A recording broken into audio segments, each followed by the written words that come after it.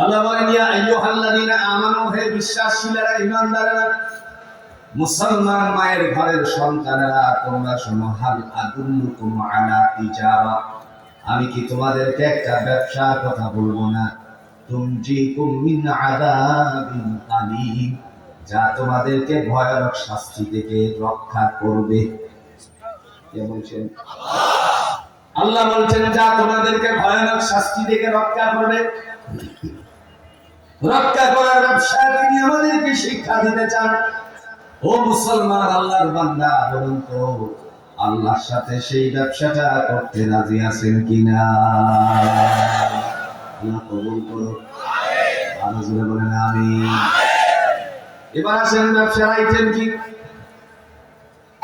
সাইয়্যিদুল মুরসালিন আহমদ মুস্তাফা সাল্লাল্লাহু আলাইহি ওয়াসাল্লাম কোরআনুল হাকিমের সূরা আস-সাফফাতের 10 নম্বর আয়াতে 11 নম্বর আয়াতের মাধ্যমে ঘোষণা দিয়ে বলছেন ব্যবসার আইটেম প্রথম নাম্বার তুমিনুনা বিল্লাহি ওয়া রাসূলিহি ওয়া তুজাহিদুনা ফি সাবিলিল্লাহ وتجاهدون في سبيل الله بأموالكم وأنفسكم ذلكم خير لكم إن كنتم تعلمون ঘোষণাকার আল্লাহ রাব্বুল আলামিন যিনি ব্যবসার আইটেম বলতে লাগলেন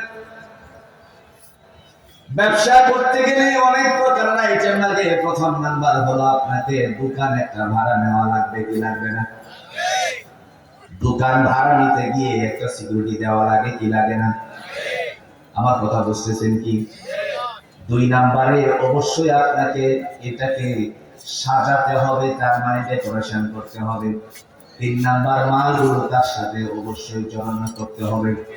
চার নাম্বারে একজন পার্সনের মাধ্যমে সেলসের ব্যবস্থাপনা করতে হবে। আল্লাহ বলেন তোমরা যদি ব্যবসা করতে গিয়ে এত কিছু কাটাও আমি আল্লাহ তোমাদের সাথে ব্যবসা করতে গিয়ে 4 শ্রেণীর অবস্থান তৈরি করেছি।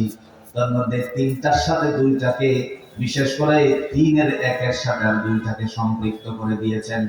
প্রথম নাম্বার তিনি বলেন তুমিনুনা বিল্লাহ আমার সাথে ব্যবসা করতে গেলে আল্লাহ বলেন বিশ্বাস স্থাপন করতে হবে। জোরে বলেন কার উপরে? আমরা বিশ্বাস করি, জোরে বলেন কার উপরে? যে কিতাবটার উপর বিশ্বাস স্থাপন করি জোরে বলুন তো এই কিতাবটার নাম কি? আরেকটু জোরে বলেন। কোরআনটা কি সত্য না মিথ্যা? সবাই কি একমত?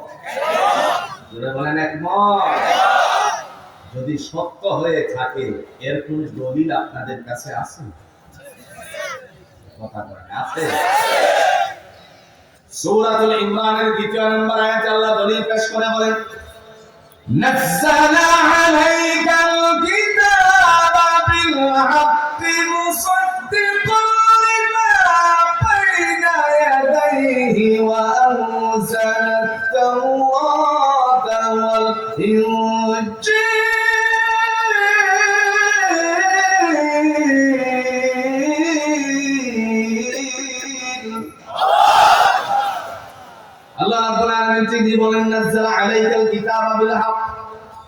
আমি এই কিতাব কোরআনকে সত্যরূপে অবতীর্ণ করেছি মুসাদ্দিকান লিমা বাইনা ইয়াদাইহি ওয়া আনজালাত তাওরাত ওয়াল ইনজিল সত্যায়নকারী হিসাবে তাওরাত আর ইনজিলের। আমার ভাইরা জুড়ে বলুন তো কোরআন আছে যেখানে শান্তি সেখানে আছে কিনা? কোরআন নাই কষ্টিনকালেও শান্তি আসবে? কোরআন যদি আমাদের সমাজে পারিবারিক জীবনে সামাজিক জীবনে রাষ্ট্রীয় জীবনে তার প্রতিষ্ঠিত থাকতো তাহলে সমাজে এত দুর্নীতি দেখা দিত নাকি? কথা বল না কেন?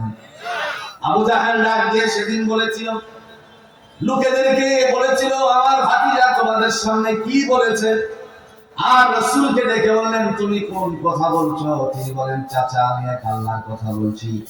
মুহূর্তের ভিতরে ডাক দিয়ে বলছে তাহলে আমাদের লাত উজ্জা মানাত 33 কোটি কোন জায়গায় রাখলাম?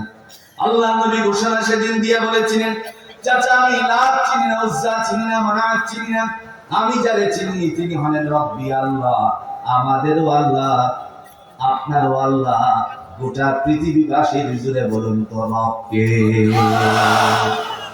মুহূর্তের ভিতরে আবু জাহেল ডাক দিয়ে বললেন লোকেদেরকে উদ্দেশ্য করে, উপস্থিত জনতা, তোমরা আমার ভাতিজার কোরআন শুনিও না। আরেকটু আস্তে করে আপনারা বলুন তো, কোরআনকে যারা যেই সময়ের মধ্যে স্তব্ধ করে দেওয়ার চিন্তা চেতনা করেছিল, মহান আল্লাহ তাদেরকে দুনিয়াতে নেস্তানাবুদ করে দিয়েছে। এই কোরআনুল হাকিমটারে একটা সূরা দ্বারা আল্লাহ সাজিয়েছেন, এই সূরাটার নাম হলো সূরাতুল লাহাব। নাম কি? কথা বল না, নাম কি? আসলে কোরআনে সূরাতুল লাহাবে আল্লাহ বলছেন তাব্বাত ইয়াদা আবি লাহাব, ধ্বংস হোক আবু লাহাবের হস্তদ্বয়। কি কথা বল না, কি ধ্বংস হবে বলছে? আবু লাহাবের হস্তদ্বয় ধ্বংস হওয়ার কথা আল্লাহ বলেছেন। তার পিছনে কারণটা কি? অথচ এই আবু লাহাব মুহাম্মদ সাল্লাল্লাহু আলাইহি সাল্লামকে কুলে নিয়েছেন এই হাতের দ্বারা, এরপরেও হাত ধ্বংসের কথা আল্লাহ বলছেন। তার মানে স্পষ্ট হয়ে গেল, পৃথিবীতে যারা আল্লাহর বিরোধিতা করেছে, কোরআনের বিরোধিতা করেছে, তাদের যতই নবীর সাথে মুসাফা করুক না কেন, আল্লাহ পাক রব্বুল আলামিন তাদেরকে ধ্বংসের জন্য ঘোষণা দিয়ে দিয়েছেন। জোরে বলেন ঠিক কিনা? পৃথিবীর জমিনে আমরা সকল অত্যাচারীদেরকে দেখেছি। মুসা নবীর সময়ে ফিরআউনের কথা কোরআনে আমরা শুনেছি, আবার নমরুদের কথা, ইব্রাহিম আলাইহিস সালাতু ওয়াস সালামের সময় যুগের সেই কথাগুলো আমরা শুনেছি। হামানের কথা শুনেছি, সাদ্দাদের কথা শুনেছি, কারুনের কথা শুনেছি। এমনি ভাবে শেষ পর্যন্ত আমরা লক্ষ্য করেছি গোটা পৃথিবীতে যারা কোরআনের বিরোধিতা করেছে তাদের অবস্থাও আমরা দেখেছি। যারা বলেন ঠিক না? আবু জাহেল সেদিন ডাক দিয়ে বলেছিল, وقال الذين كفروا لا تسمعوا لهذا القرآن والغوا فيه لعلكم تغلبون والغوا فيه لعلكم تغلبون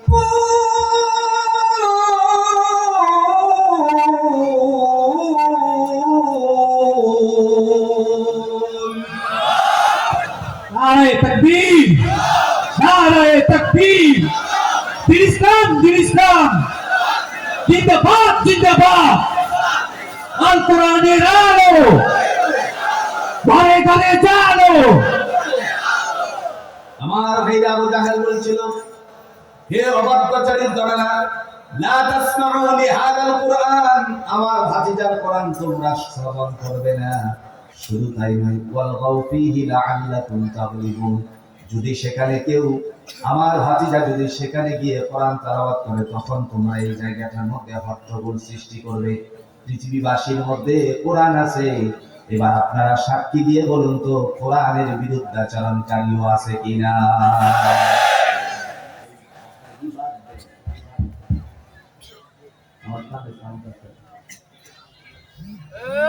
এই পৃথিবীতে কোরআনের বিরুদ্ধাচরণকারী যারা আছে তাদের অবস্থা ব্যতিক্রম করে দিয়েছেন কে?